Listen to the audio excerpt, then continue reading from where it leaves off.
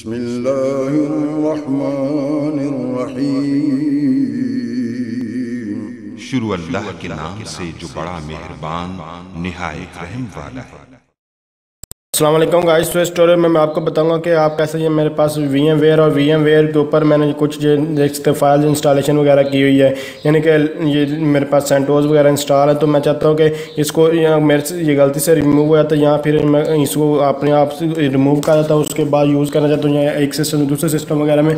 तो कैसे कर सकते हैं, जैसे कि ये देख सकते हैं ये मेरे पास एक पूरा रनिंग सिस्टम है। इंटरफोनिंग कॉलिंग मैंने कॉलिंग के लिए इसे एक प्रोजेक्ट बनाया हुआ है और इसकी डाटा बेस वगैरह भी, कनेक्टिविटी वगैरह भी, ये सब कुछ है। लेकिन गलती से क्या होता है कि मुझसे ये यानी कि रिमूव वगैरह होता है, तो उसको दोबारा रन कैसे कर सकते हैं इस ट्यूटोरियल में आपको वो बताने वाला हूँ। तो जस्ट यहाँ देख सकते हैं, इसको मैंने पावर ऑफ कर दिया। पावर ऑफ करने के बाद क्योंकि ये थोड़ी सी मिस्टेक की वजह से भी हो जाता है और हम खुद से भी इसको करने जाते हैं, ताकि किसी और सिस्टम में अगर इसको रन करना चाहें तो हम फिर भी कर सकते हैं। तो जस्ट यहाँ से देख सकते हो मैंने क्लोज़ कर दिया। क्लोज़ करने के बाद इसको रिमूव कर देते हैं। यहाँ से ये मेरे से समझ लेके ये रिमूव हो चुका है। तो यहाँ से ये मेरे पास रिमूव हो चुका है। इसको ये मैं VMware को मैंने बंद कर दिया। अब दोबारा इसको रन करना चाहते हो तो कैसे कर सकते हो, तो आपको इसको दोबारा रन करने के लिए जस्ट क्या करना है, यहाँ दिस PC में जाएंगे, उसके बाद डॉक्यूमेंट्स में जाएंगे। बाय डिफ़ॉल्ट जहाँ आपने इसकी डायरेक्टरी दी होगी, तो अगर आपने कोई डायरेक्टरी चेंज नहीं की तो बाय डिफ़ॉल्ट यहीं होगी।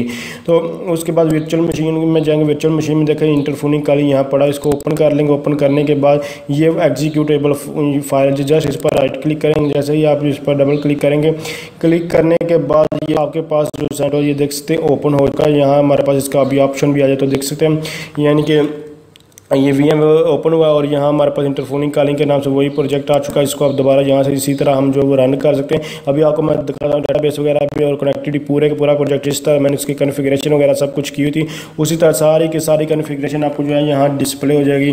तो बहुत ईजी है।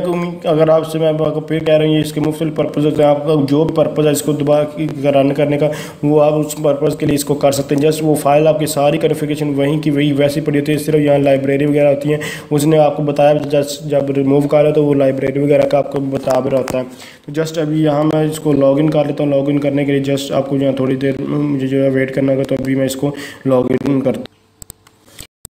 जब तक मैं इसको लॉगिन कर रहा हूँ, अगर आप समझ रहे हैं ये वीडियो हेल्पफुल है इसको, तब तक आप जो है इसको शेयर कर सकते हैं, इसको लाइक कर सकते हैं। इसके अलावा अगर आपको कोई भी डाउट हो, आप किसी भी चीज़ के बारे में जानना चाहते हो, तो आप जस्ट मुझे कमेंट्स करके जो पूछ सकते हैं।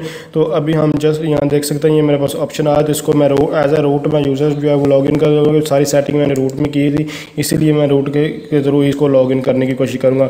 तो जस्ट यहाँ जो है नॉट लिस्टेड में क्लिक कर लेता हूँ। यहाँ मैं ये सारी चीज़ें ऑलरेडी मैं आपको बता भी चुका हूँ, फिर भी यहाँ मैं आपको बता रहा था कि कोई भी कन्फ्यूज़न ना रहे। तो जस्ट अब मैंने इसको लॉगिन कर दिया। लॉगिन के बाद सारी की सारी सेटिंग बिल्कुल जैसे थी वैसी की वैसी ही रहेगी, कोई चेंजिंग नहीं होगी। क्योंकि मैंने इसको अभी आपने ऊपर तो देखा होगा कि मैंने इसको जो है IP एड्रेस वगैरह स्टैटिक दिया था, तो IP एड्रेस भी स्टैटिक है, उसी तरह कोई चेंजिंग हुई नहीं इसमें कुछ भी।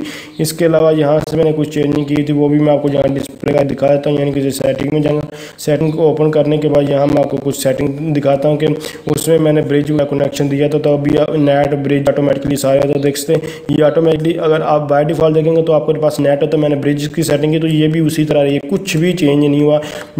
अगर आप वो फाइल ओपन करेंगे तो जैसे ऊपर मैंने टर्मिनल कर दी ओपन, ये इंस्टॉल जो ऊपर ऑलरेडी इंस्टॉल था तो वो पर भी उसी तरह जो है हमारे पास डिस्प्ले, आप देख सकते हैं डाटाबेस की कनेक्टिविटी वगैरह भी सब कुछ वहीं उसी तरह डिस्प्ले हो रही है।